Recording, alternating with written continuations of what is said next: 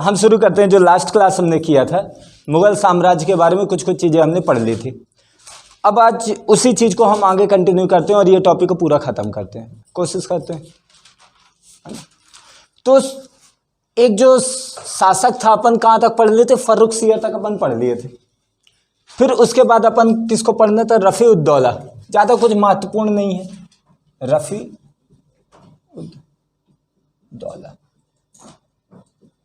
ठीक है। रफ़ी-उद-दौला यानी अगर इसके बारे में बात किया जाए तो सबसे कम उम्र तक शासन करने वाला, अगर ये क्वेश्चन पूछ दे सबसे कम उम्र तक शासन करने वाला मुगल शासक कौन था, तो ये था, ठीक है। तो इसमें सबसे इंपॉर्टेंट यही है, सबसे कम उम्र तक शासन करने वाला शासक, मुगल शासक। सबसे कम उम्र तक शासन करने वाला मुगल शासक था।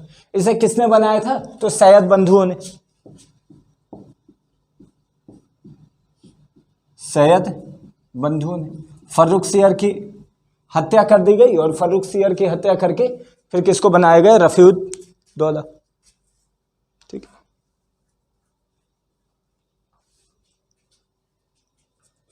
या कि दौलत से पहले दर्जात कर लो, रफ़ी-उद-दर्जात। सबसे कम उम्र तक शासन करने वाला कौन था, रफ़ी-उद-दर्जात। रफ़ी-उद-दौला इसके बाद आएगा। इसकी मृत्यु कैसे हुई थी, इसकी मृत्यु टीबी रोग के कारण, क्षय रोग,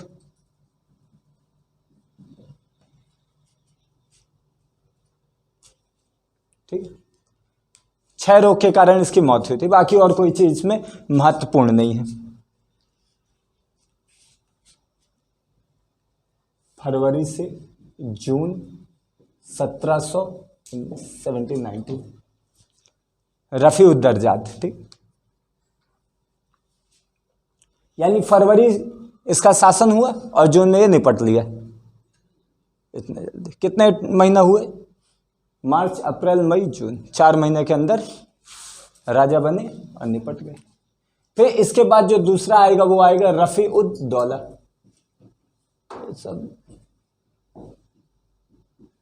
ये हुए थे, मान लो इन्होंने जून से शुरू किया तो ये सितंबर तक ये भी निपट गए। मतलब दूसरा सबसे कम शासन करने वाला मुगल शासक। इसने अपने आप को कौन सा, शाहजहां द्वितीय की उपाधि दी थी। सोचने वाली बात है, शाहजहां बन नाम रखने से कोई शाहजहां नहीं बन जाता, ठीक है। तो शाहजहां द्वितीय, इसके टाइम पे और कुछ खास नहीं हुआ। इसको मौत भी हुई तो कैसे, पेचिस के कारण पेचिस के कारण मर रहा है, ज़्यादा खा लिया पी लिया, पेचिस के कारण मरे। तो ऐसे ऐसे मुगल बादशाह हैं और इनको भी किसने, सैयद बंधुओं ने किया। तो भाई इसीलिए सैयद बंधु को क्या कहा जाता है, किंग्स मेकर, राजा बनाने वाला, ठीक है। इसको भी सैयद बंधुओं ने, ठीक है। तो रफ़ी-उद-दौला और रफ़ी-उद-दर्जात, ये दो व्यक्ति, छोटे छोटे शासक, लेकिन कभी कभार क्वेश्चन में अगर फंस गए तो फंस गए, नहीं तो कोई वैसा नहीं है। अब इसके बाद जो एक महत्वपूर्ण आता है वो आता है मोहम्मद शाह। 1719 से 1748 तक इसने शासन किया था, 1719 से 1748 तक, ठीक है। और इसका एक नाम रोशन अख्तर भी था ना। तो ये क्वेश्चन बन सकता है कि किसका नाम रोशन अख्तर था, तो याद ही रखिएगा इसका नाम रोशन अख्तर भी था। अब सबसे अच्छी चीज ये है कि इन्हें रंगीला की उपाधि दी गई थी। मतलब सोच लो जीवन कैसे रहा होगा इनका, विलासतापूर्ण जीवन जी रहे हैं ये, और विलासतापूर्ण जीवन जीने के कारण इन्हें क्या दिया जा रहा है, रंगीला की उपाधि दी जा रही है। बहुत ज्यादा विलासतापूर्ण जीवन, मतलब ये वो समय है कि जब शासक अपने आप को दरबार में सुरक्षित नहीं बल्कि हरम में सुरक्षित पाया जा रहा है। हरम जानते हो, जहाँ पे अपनी बेगमात और जो भी दासियां रहती, कनीज रहती, सबको रखने की एक जगह रहती है, एक स्थान रहता है। तो जितनी भी महिलाएं रहती हैं वहाँ पे ही रखा जाता है और वहाँ पे मुगल यानी बादशाह के अलावा किसी दूसरे को परमिशन नहीं रहती कि वहां पे जा सके। ठीक है, केवल और केवल बादशाह जा सकता है जो। तो मोहम्मद शाह रंगीला, चूंकि ये अपने आप को हरम में ज्यादा सुरक्षित पाते थे और दरबार में कम सुरक्षित पाते थे, तो इसलिए देखोगे इसका खामियाजा भी इनको भुगतना पड़ेगा। ठीक,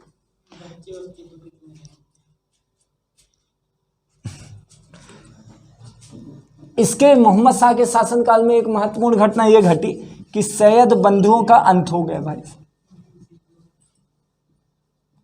सैयद बंधुओं का अंत किसके शासनकाल में हुआ था? इसी के शासनकाल में हुआ था। अब सैयद बंधु में क्या हुआ था? पहले हुसैन अली को छुरा मार करके पहले भाई लेकर के चले गए थे वहाँ दक्षिण भारत, और वहाँ उसको छुरा मार करके षड्यंत्र करके मार दिया गया। फिर उसके बाद अब्दुल्ला खां को जहर दे करके मार दिया गया। तो इस तरीके से दोनों भाइयों की मौत हो गई थी। ठीक है, तो अब यहाँ से इसके शासनकाल में सैयद बंधु निपट लिए। इसके शासनकाल में यह हुआ था कि जो निजाम थे, जो चिनकिलिच खां थे, उन्हीं का नाम निजाम, अपने आप को निजाम की उपाधि दी थी चिनकिलिच खां ने। तो जो निजाम थे, निजाम ने स्वतंत्र हैदराबाद राज्य की नींव रखी। तो ये क्वेश्चन आपसे आ जाएगा, किस शासक के शासनकाल में हैदराबाद राज्य की नींव रखी गई थी? किस मुगल शासक के शासनकाल में हैदराबाद राज्य की नींव रखी गई थी? तो मोहम्मद शाह के शासनकाल में। जो अधिकांशक थे, जैसे अवध भी अपने आप को क्या कर लिया था? स्वतंत्र कर लिया था। अवध भी अपने आप को स्वतंत्र कर लिया था। और अधिकांशक बंगाल, बिहार, उड़ीसा सब क्या हो गए थे? स्वतंत्र हो गए थे। इसके शासनकाल में एक और ये चीज घटी कि 1737 में बाजीराव प्रथम, आप सब लोग को मालूम है कौन है बाजीराव प्रथम? वही बाजीराव मस्तानी वाला। ठीक है, बाजीराव प्रथम 500 घुड़सवार लेकर के दिल्ली में उसने क्या कर दिया था? कूच कर दिया था। 500 घुड़सवार लेकर के दिल्ली में कूच करके पूरे को पूरे दिल्ली को एक तरीके से बताया कि दिल्ली कितनी अंदर से खोखली है। कूच मतलब उनके ऊपर चढ़ाई कर देना, मतलब आक्रमण कर देना। कूच बोलते हैं, यलगार हो, कूच हो बोलते हैं ना, नहीं देखते सीरियल यलगार हो, देखा करो, कूच कर देना ना। तो एक तरीके से क्या आपको हो रहा है?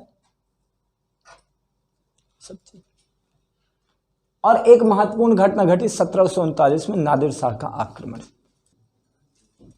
नादिर शाह का आक्रमण कब हुआ?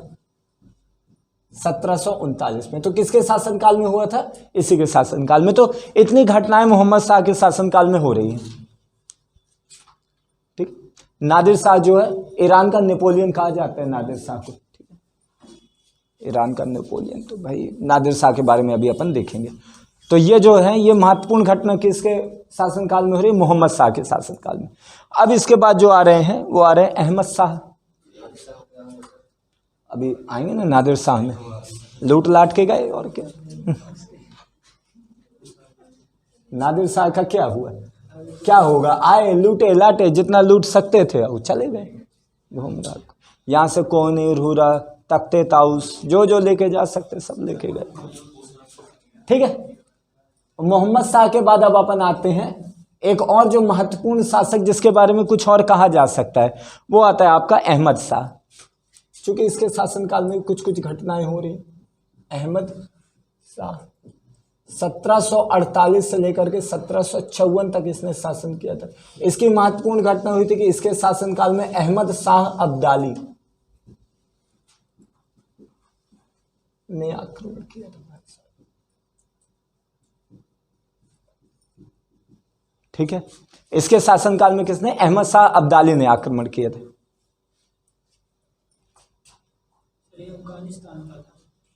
अभी आएगा, अफगानिस्तान का आएगा, सब ईरान वाले क्षेत्र से हैं। ठीक है, नादिर शाह का फिर आने वाले टाइम पे वंशज उत्तराधिकारी अहमद शाह अब्दाली रहता है। तो जिस जिस क्षेत्र पर नादिर शाह का शासन रहता है उस क्षेत्र को फिर से ये पाने के लिए कर रहा है। तो अपन देखेंगे इसका भी, अहमद शाह अब्दाली। ठीक है, और क्या हुआ इसके शासनकाल में? ऐसा बोला जा रहा है कि अर्थव्यवस्था बिल्कुल छिन्न भिन्न हो गई थी, सेना को वेतन देने के लिए पैसा नहीं है, तो अब शाही सामान भी बिकना शुरू कर दिए, यानी अर्थव्यवस्था कुछ इस तरीके की हो गई है। ठीक है, तो मतलब पूरी तरीके से मुगल सत्ता क्या हो रही है, खत्म हो रही है। अब इसके बाद जो नाम मात्र के शासक बचे हुए हैं और कुछ उनमें खास है नहीं। ठीक, तो उनके नाम भर लिख लीजिए, बाकी कुछ उतना खास हुआ नहीं है, तो नाम थोड़ा थोड़ा लिखते जाइए। जैसे आलमगीर द्वितीय,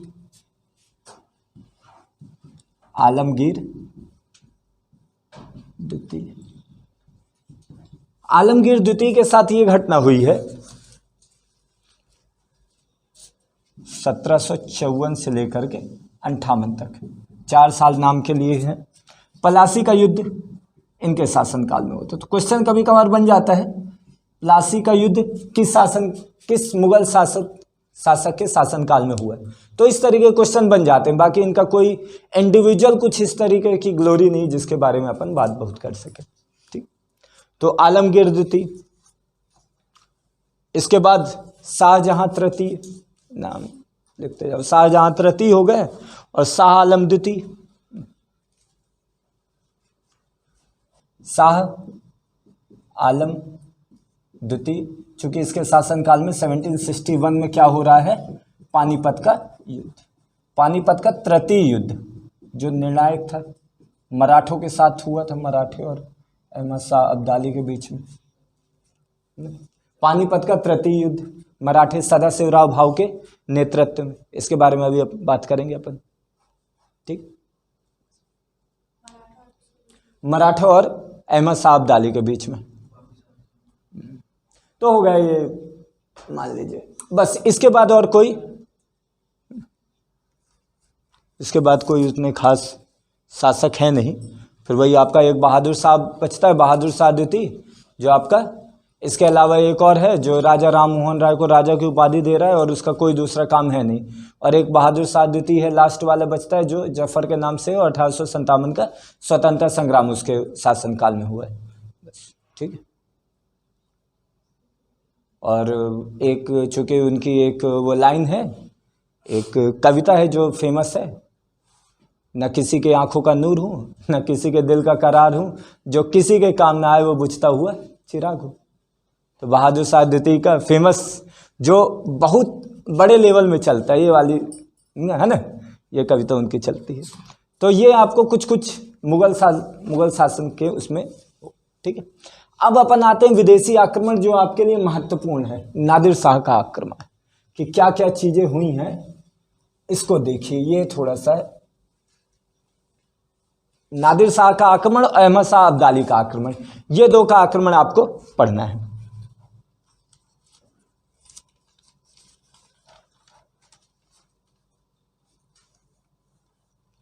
देखो, नादिर शाह का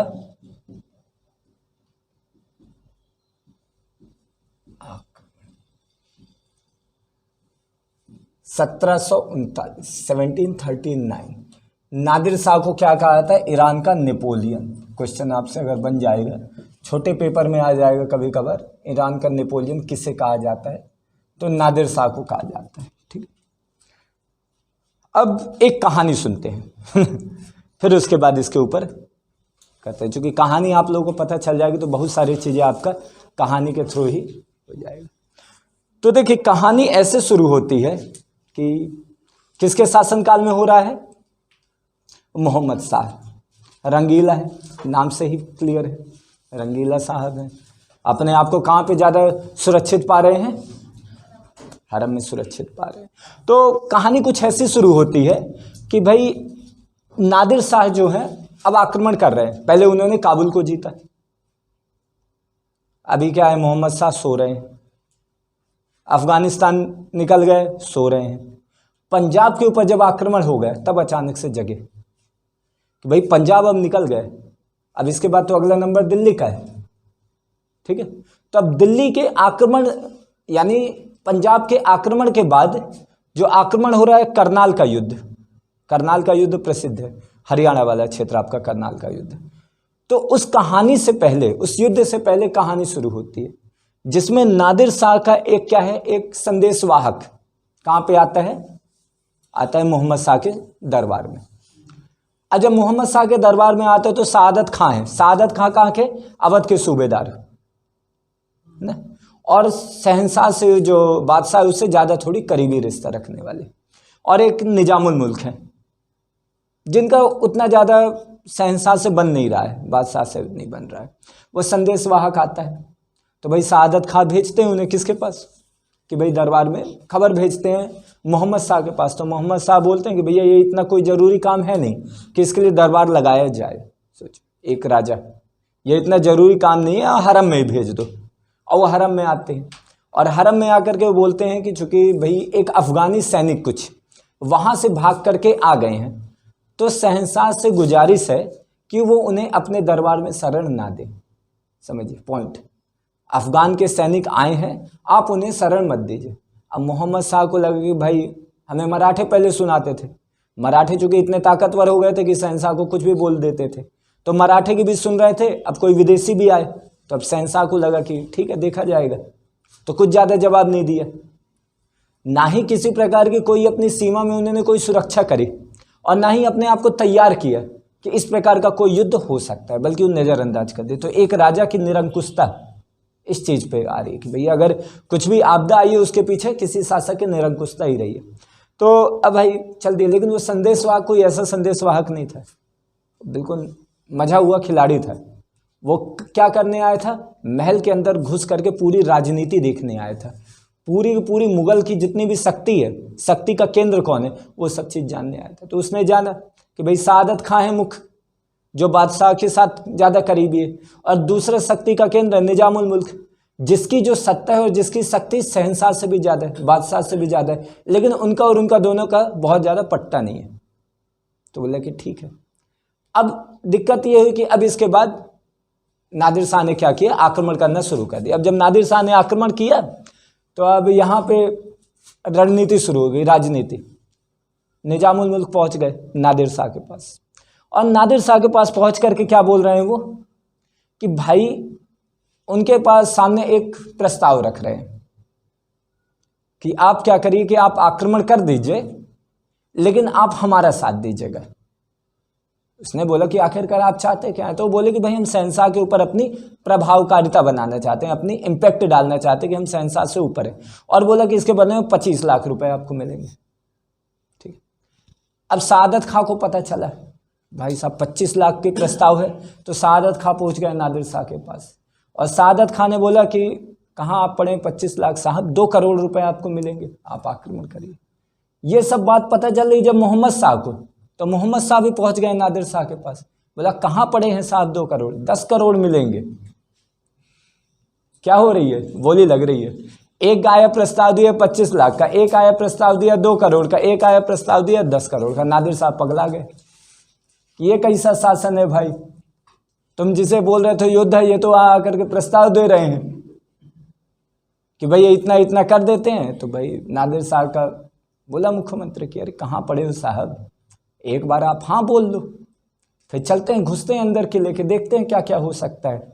हमारी बिना कोई सेना लड़े, बिना कोई सेना मरे, हम जीत जाएंगे। तो अब नादिर साहब बिल्कुल खुश।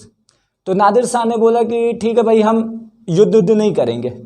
क्या करते हैं, युद्ध नहीं कर, करनाल का युद्ध के बाद की ये घटना है। ठीक है, तो बोले कि अब इसके बाद हम युद्ध नहीं करेंगे, लेकिन हमारी सेना थक गई है तो उसके आराम के लिए कुछ व्यवस्था कर दी जाए।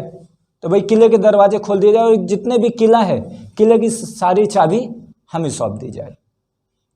अब बादशाह बिल्कुल परेशान, कुछ कर भी नहीं सकते। बादशाह ने पकड़ा दिया चाबी और किले के पूरे दरवाजे खुल गए और सेना पूरी की पूरी अंदर। अब जो नादिर शाह हैं आराम करने के लिए जा रहे हैं, बोला गया कि आराम करने के लिए थोड़ा हमारी व्यवस्था कर दी जाए।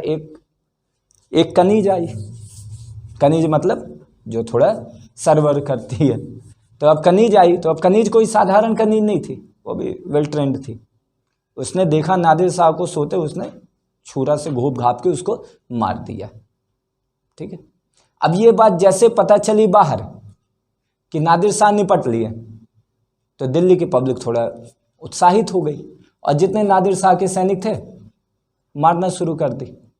और नादिर शाह यहाँ तो छुपे हुए कलाकार थे, भाई ऐसे ही थोड़ी शहंशाह, बड़े लेवल का खिलाड़ी। अपनी जगह उसने किसी अपने दूसरे व्यक्ति को सुला दिया था जो उसी की तरह थोड़ा सा हाव भाव से था, और उसे मालूम नहीं था कि कौन सो रहा है। उसने किसी को मारा और किसी को समझ लिया, और नादिर शाह को ये सारी बातें पता चल गई। अब जब नादिर शाह को सारी बातें पता चली तो अब नादिर शाह अब यहाँ चुप थोड़ी बैठने वाले। अब नादिर शाह निकले चांदनी चौक की गलियों में, है ना। चांदनी चौक की गलियाँ बिल्कुल तंग गलियाँ हैं, ऊपर से छत से सब लोग देख रहे हैं। एक ने उठा के पत्थर मारा, नादिर शाह थोड़ा किनारे हुए और उनके सैनिक के जो अंगरक्षक है उनके सिर में लग गए। अब नादिर शाह का अलग गुस्सा, उन्होंने अपनी तलवार निकाली और मस्जिद के ऊपर खड़े और बोले कि ये पूरे शहर, ये जो गुस्ताख शहर है, इसे हम क्या करेंगे, इन्हें हम कुछ सिखाएंगे। अब सिखाएंगे क्या? बोले कि जब तक ये मेरी अब तलवार म्यान में नहीं जाती तब तक अब खून खराबा नहीं बंद होगा। अब दिल्ली में खून खराबा शुरू, नरसंहार शुरू, रेप शुरू, बलात्कार शुरू, सब बिल्कुल बड़ी से बड़ी घटना। और यहाँ पे मोहम्मद शाह सो रहे हैं, रंगीला हैं। उन्हें तो लगा कि हमने दे दिया है भाई 10 करोड़, खत्म। आराम से अचानक से उनके पास खबर पहुंची। अब मोहम्मद शाह परेशान कि अब क्या किया जाए, और अब सब खत्म, अब उनके पास कुछ बचा नहीं। उन्होंने बोला कि भाई अब कैसे नादिर शाह से कुछ बोले। तो अब जो तख्ते ताउस था, जो दरबार लगता था, अब उसमें मोहम्मद शाह नहीं बैठ रहे हैं, उसमें नादिर शाह बैठ रहे हैं। और मोहम्मद शाह उनके सामने आ रहे हैं कैसे, फरियादी बन के, बिना किसी मुकुट उकुट के, कोई ताज आज नहीं, ऐसे आ रहे हैं और अब कर रहे हैं विनती। तो उन्होंने बोला कि ठीक है, विनती तो आप कर रहे हो, लेकिन इस गुस्ताख शहर को सिखाना तो आवश्यक है। तो बोले भाई इन्होंने शहर ने तो सीख लिया, आप बोलिए और हम आपकी क्या खातिरदारी कर सकते। तो 2 करोड़ की फिर से पेशकश की गई नादिर शाह के द्वारा, 2 करोड़ रुपए आप हमें दीजिए। तो 2 करोड़ रुपए के एवज में, अब 2 करोड़ तो था ही नहीं, पहले ही अर्थव्यवस्था पूरी छिन्न भिन्न, पहले ही पूरा प्रशासन खत्म, सेना को देने के लिए पैसा नहीं, जितना था उतना पहले ही 10 करोड़ रुपए दे दिया गया था, अब है नहीं। तो अब यहाँ से शुरू है कि महिलाओं के जेवर निकाले गए, जितना भी आभूषण था वो निकाला गया, जितने भी गुलाम थे उनको, जितने भी लोग थे उनको गुलाम बनाए गए, सुंदर स्त्रियों को अपने साथ लेकर के गए दासी बना करके, जो तख्ते ताउस था उसको लेकर के गए, कोहिनूर हीरा था उसको लेकर के गए, और जितने भी लोग थे सबका रेप वेप सब करके जब वो पूरी तरीके से संतुष्ट हो गए, तब उसके बाद अब यहाँ से नादिर शाह जाता है। एक शासक जो निरंकुश है, एक शासक जो अपने उसमें बिल्कुल पूरी तरीके से खोया हुआ है, उसके शासनकाल में कोई बाहरी आता है और इस तरीके से देश को लूटता है। ठीक, तो ये थी कहानी नादिर शाह की, और किसकी, आपकी मोहम्मद शाह की। क्लियर है? ठीक है, कहानी समझ में आई? तो ये था मेन। अब इसमें जो तुमको लिखना है केवल और केवल ये लिखना है, करनाल का युद्ध लिख लो भाई। करनाल का युद्ध कब हो रहा है? करनाल का युद्ध, तो करनाल का युद्ध 24 फरवरी 1739, 24 फरवरी 1739। ठीक है, और करनाल के युद्ध में कौन कौन शामिल हो रहा है?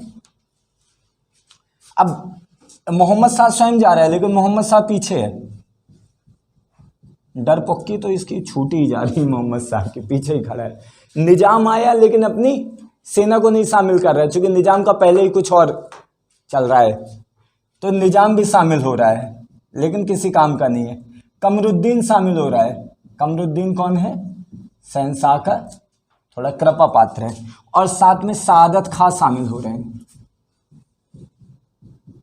ठीक है, सादत खां शामिल हो रहे हैं, ये सब लोग शामिल हुए, और ये युद्ध केवल 3 घंटे तक चला है। सोच लो, 80,000 की फौज लेकर के जा रहा है मोहम्मद शाह, और युद्ध केवल 3 घंटे चल रहा है। सोचो, और पूरी की पूरी सेना तबाह हो गई। 3 घंटे तक ये युद्ध चला, मतलब अब सोच लो कि सेना केवल और केवल संख्या बल के नाम पे थी, बाकी सेना के पास कुछ भी नहीं था।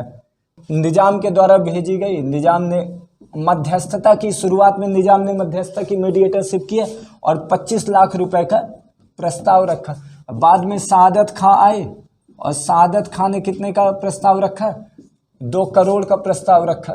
फिर उसके बाद में मोहम्मद शाह ही आते हैं, और मोहम्मद शाह ने क्या किया है?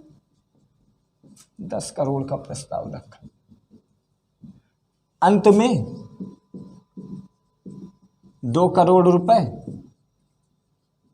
सजा के तौर पर वसूले गए। और फिर उसके बाद यहां से तख्ते ताउस, कोहिनूर हीरा लेकर नादिर शाह वापस हो गए।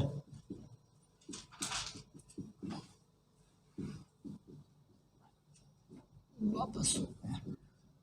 ठीक है, तो इतनी चीजें हो रही हैं। क्लियर है? तो ये हो गए नादिर शाह। बहुत ज्यादा चीजें नहीं है, सिंपल सिंपल है।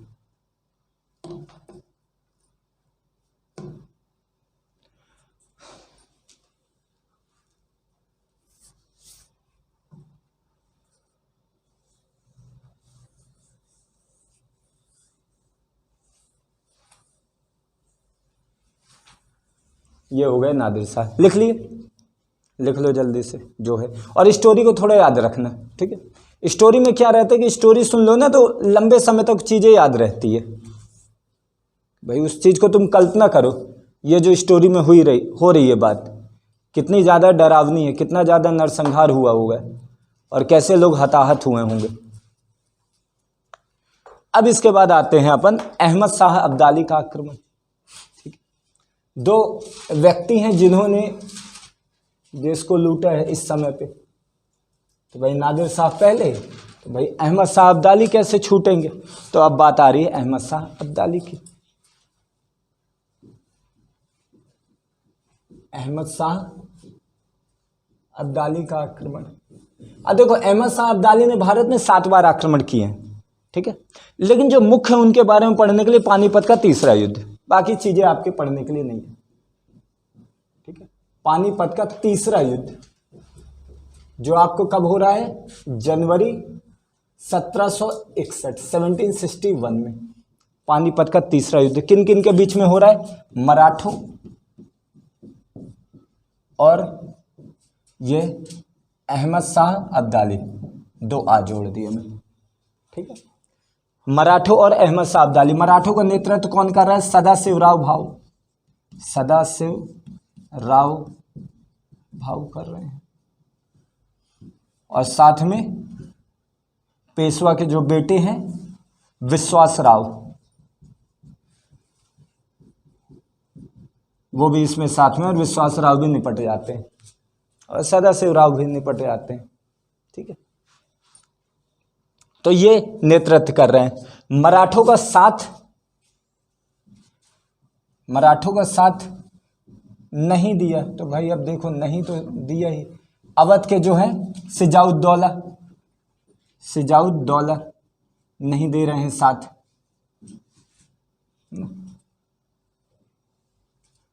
चूड़ामल जो है जाट सरदार, उन्होंने भी साथ नहीं दिया। इवन सिखों ने भी साथ नहीं दिया और राजपूतों ने भी साथ नहीं दिया। तो जब किसी ने साथ नहीं दिया तो इनकी क्या स्थिति हुई, हार गए, ठीक है। अब एक और कहानी सुनो, हाँ इसको लिख लो, फिर एक और कहानी तुमको सुनाता हूं। अब अहमद शाह अब्दाली पानीपत के तीसरे युद्ध की कहानी सुनाता हूं। इतिहास मतलब कहानियां। चूड़ामन जाट सरदार है, जाटू। ये सदाशिवराव भाऊ, ये एक तरीके से आप नेतृत्व करता है। ये पेशवा नहीं है, लेकिन पेशवा से उस समय के सबसे बड़े एक तरीके से नेतृत्व करता हो जाते हैं, बड़े यानी योद्धा है मराठों के।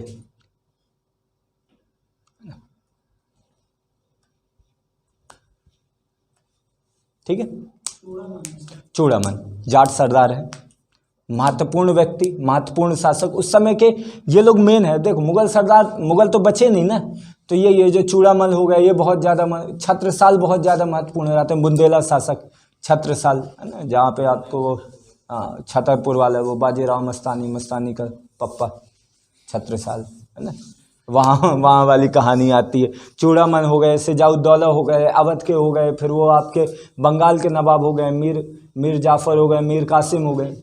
ये सब लोग बहुत ज़्यादा ताकतवर थे, चूँकि मेन जो केंद्रीय सत्ता है कमज़ोर है, केंद्रीय सत्ता कमजोर है तो अलग अलग बहुत सारे गुट बने हुए हैं, ठीक है। अब आते हैं थोड़ा कहानी में। अब कहानी क्या बोलती है? तो कहानी ये बोलती है कि पानीपत का तीसरा युद्ध।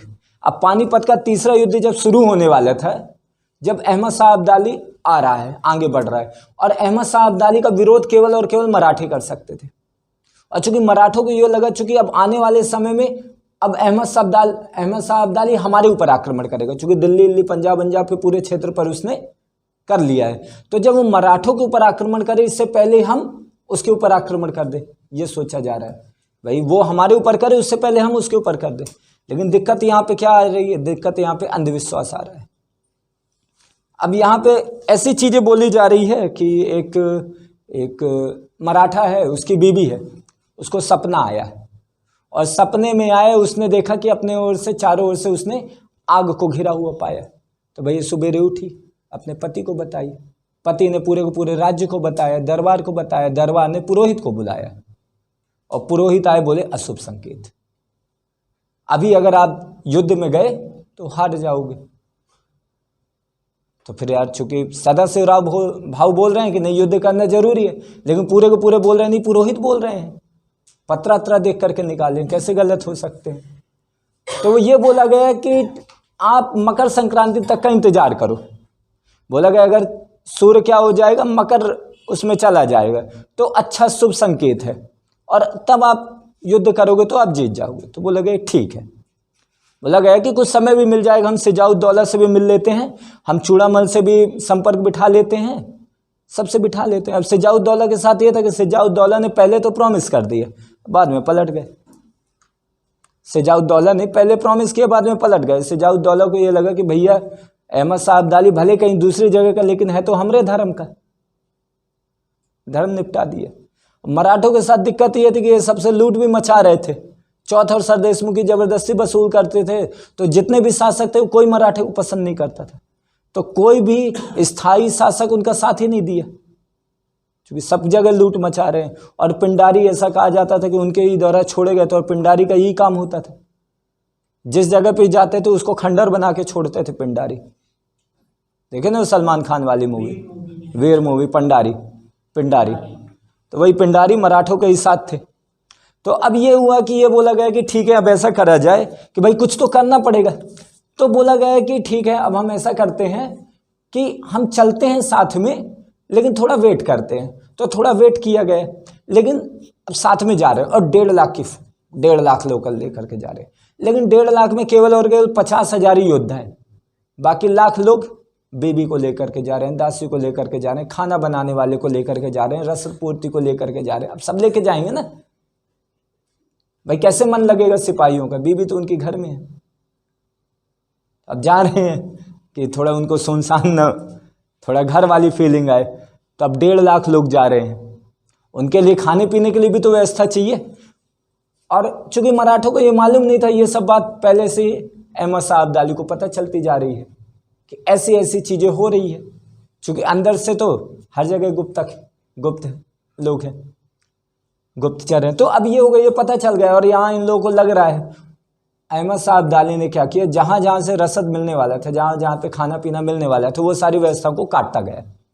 तो वही मराठे हथियारों से कम और भूख से ज़्यादा मरे,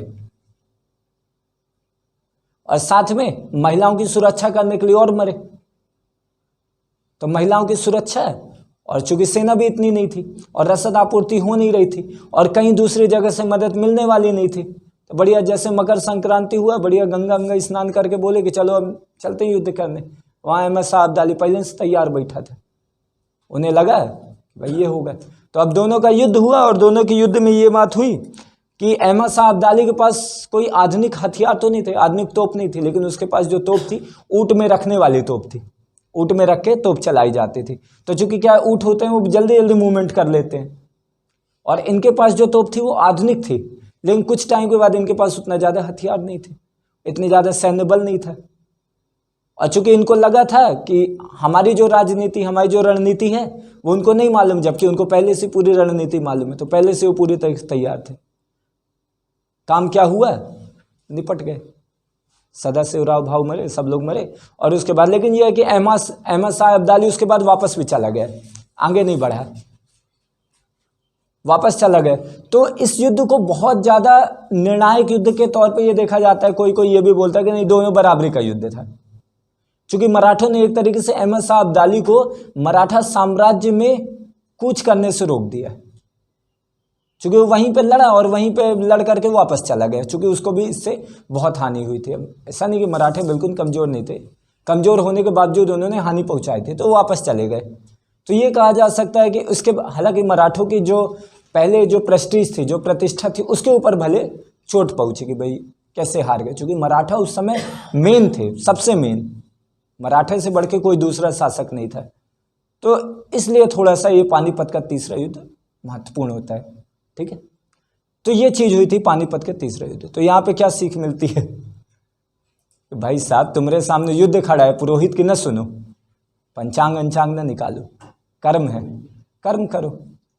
पंचांग निकाला गया है, 6 महीने बाद का सुदिन निकाला गया, 6 महीने तक बैठे हैं, अपनी ताकत जमा कर रहे हैं कि ताकत खो रहे हैं 6 महीने तक। क्लियर है? तो इस तरीके से अहमद शाह अब्दाली का भी हो गया चैप्टर खत्म। ठीक है, क्लियर है? तो 2 आक्रमण हुए, 2 आक्रमण जो सबसे महत्वपूर्ण थे। चलिए, ठीक है, कहानी समझ में आई? अच्छी थी, याद रखिएगा। ये पानीपत का तीसरा युद्ध हो जाता है। अब इसके बाद अपन जो पढ़ लेते हैं मुगल साम्राज्य के पतन के कारण, और खत्म टॉपिक।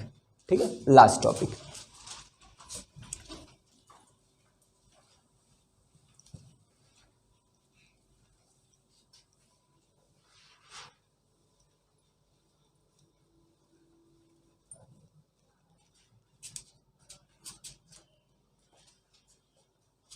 क्या हुआ दीपू भाई?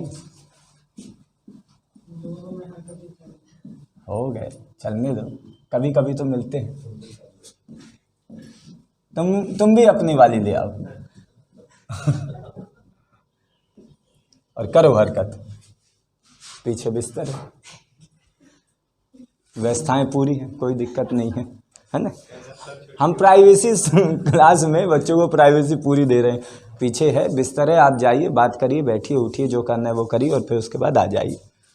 लड़का हमारा बहुत मेहनती है, पढ़ाई कर रहा है, एक्स्ट्रा क्लास लेता है। इस समय पता नहीं अचानक से क्लास से उसको प्रेम हो गया है, 1 घंटे की जगह 2 घंटे पढ़ाई कर रहा है, 3 घंटे, बोलता है कभी कभार रात को भी क्लास लगती है। तो ऐसा नहीं करना, ठीक? तो मुगल साम्राज्य के पतन के कारण सबसे पहले क्या है? औरंगजेब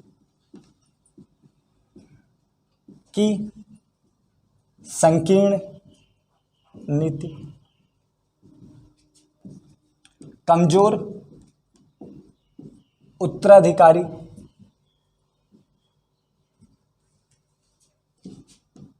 गुटों का या कि अमीरों का गुट बनाना, प्रशासन की आंतरिक कमजोरी,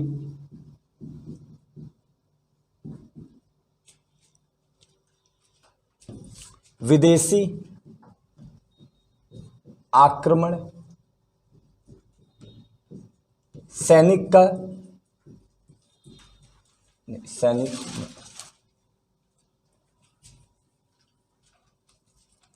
शासकों की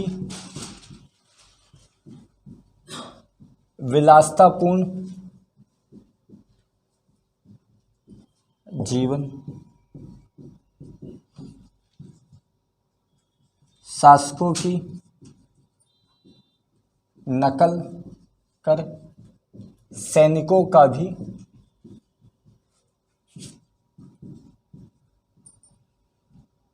निरंकुश स्वभाव, आपसी मतभेद और गुटबाजी, ये कुछ कारण होते हैं मुगल साम्राज्य के पतन के। ठीक है, तो ये सब कुछ कारण है कि भाई औरंगजेब की संकीर्ण नीति, ठीक है, उसके बाद कमज़ोर उत्तराधिकारी, जो भी उसके उत्तराधिकारी हो रहे हैं कमज़ोर उत्तराधिकारी हो रहे हैं। फिर अमीरों का गुट बनाना, जितने भी अमीर हैं, अब यहाँ पे बन रहे हैं, हम हिंदुस्तानी अमीर बन रहे हैं, ईरानी अमीर बन रहे हैं, अफगानी अमीर बन रहे हैं, सब लोग आपस में गुट बना रहे हैं। और जब वो चाह रहे हैं जिसको शासक बना रहे हैं, जब चाह रहे हैं उसको उतार रहे हैं। जैसे आपको दिखा सैयद बंधु, जैसे जुल्फ़िकार खां दिखे, ये सब लोग कौन है? अमीर है। यानी शासक वर्ग से ऊपर उठ जाना अमीरों का, ठीक है। प्रशासन की आंतरिक कमजोरी, प्रशासन अब कुछ बचा ही नहीं है, बाहर से दिख रहा है लेकिन अब कुछ भी नहीं बचा है। लोगों की अर्थव्यवस्था पूरी छिन्न भिन्न हो चुकी है। सेना को वेतन देने के लिए पैसा नहीं है, ठीक है। और सेना क्या है? सेना पैसे के लिए काम करती है। अब स्थायी सेना भी आप नहीं रख पा रहे हो। स्थायी सेना रखोगे तो आपको क्या करना पड़ेगा? वेतन पूरे टाइम पे देना पड़ेगा। तो जितनी भारी भरकम सेना पहले रखी जा रही थी, उतनी सारी सेना को क्या कर दिया गया? रिलीज कर दिया गया। और जब युद्ध का टाइम आ रहा था तो कैसे? भाड़े के सिपाही रख लिए गए। और भाड़े के सिपाही क्या है? ना ही राजा के प्रति वफादारी है और ना ही उन्होंने कोई सैन्य विद्या ली है, ना ही उनको कुछ आता है। केवल संख्या बल दिखाने के लिए वो आ गए हैं। और जैसे उनको आप वेतन नहीं दोगे तो वो भाग भी जाएंगे। आपने जोड़ करके लेके गए, जैसे होते हैं ना, काम में लेकर के गए, अचानक से किसी की बीवी का कॉल आ गया, किसी ने बोला यार हम रहे तो घर में ये है, किसी ने बोला वो है। अब आधे लोग चले गए, तुम बोल करके लाए थे 1.5 लाख को लेकर के, पीछे देखो तो 50,000 बचे, 1 लाख गायब। बोले धूप बहुत लग रही थी। हो गया, पैसा दोगे तो दोगे, कोई दिक्कत नहीं, धूप में काहे के लिए हम लड़े?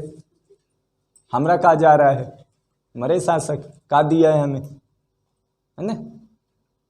शासक उस तरीके से नहीं था ना, उतना जुड़ाव नहीं था शासक के पास जितनी। अब देखो ना, ये कैसा टाइम चल रहा है कि किसान किसानी कर रहा है और युद्ध हो रहा है। किसान ने कभी माना ही नहीं कि ये युद्ध मेरा युद्ध है। भाई युद्ध हो रहा है तो भाई मेरे को भी जाना चाहिए ना कहीं तो हम भी तो प्रभावित होंगे। क्योंकि शासक भी लूटता था, जो बाहरी आता था वो भी लूटता था। जो बाहरी आता था वो तुरंत लूट लेता था और शासक धीरे धीरे करके लूटता था। तो इसलिए उन्हें अंतर समझ में नहीं आ रहा था। बोल रहे थे चेंज भी होगा तो क्या होगा, जैसा पहला था वैसे ही बाद वाला होगा। इसलिए वो किसी युद्ध को अपना युद्ध माना ही नहीं। यही कारण है कि जो मेन जनसंख्या है वो कभी युद्ध में शामिल ही नहीं। इसलिए आप हर एक युद्ध हारे। भारत के हारने का कारण क्या है और निरंतर हारने का कारण क्या है? वो समय और आज का समय, भारत हर जगह हार रहा है। देखा जाए तो क्यों हार रहा है? क्योंकि अभी भी यही विरोध है।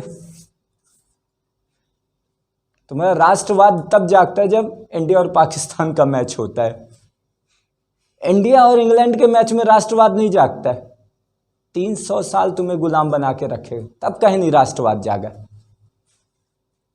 समझ रहे हो? नहीं जागेगा ना। तो दिक्कत यही है कि ये सब कारण हो रहे हैं क्या उस टाइम पे भी हारने को, और यही कारण हो रहे हैं आज भी कोई युद्ध हो तो हम निपटेंगे ही। अभी भी हमें लग रहा है कि युद्ध तो केवल सेना का काम है।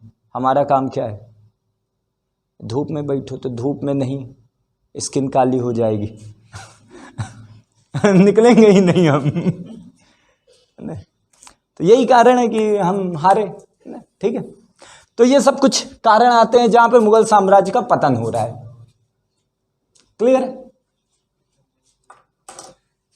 तो ये हो जाता है मुगल साम्राज्य का खात्मा। अब इसके बाद सुनो, इसके बाद अपन नवीन राज्यों का उत्थान थोड़ा पढ़ेंगे। चूंकि हैदराबाद देख लो, थोड़ा बंगाल देख लो, थोड़ा मराठे देख लो, थोड़ा सिख देख लो, कुछ उनके बारे में थोड़ी थोड़ी आइडिया लेते चलो। फिर जैसे ये कंप्लीट होगा मराठे पढ़ लेंगे। मराठे में फिर वो थोड़ा शिवाजी के बारे में उतना ज़्यादा नहीं, छत्रपति शिवाजी के बारे में नहीं, लेकिन उनके अलावा पेशवा का इतिहास थोड़ा सा आपको पढ़ लेना चाहिए। तो पेशवा के इतिहास को पढ़ लेंगे। फिर उसके बाद अंग्रेजी शासनकाल में आ जाएंगे, ठीक है, जो आपका महत्वपूर्ण है मॉडर्न हिस्ट्री में। ठीक है। फिर मिलते हैं अगली वीडियो में, अगली क्लास में कुछ नए टॉपिक को लेकर के। तो ये वाले टॉपिक को यहीं पे कंप्लीट करते हैं। तो भाई जो भी देख रहे हैं सब्सक्राइब करिए और लाइक करिए, कमेंट करिए और फिर मिलते हैं। तो thank you very much for this session.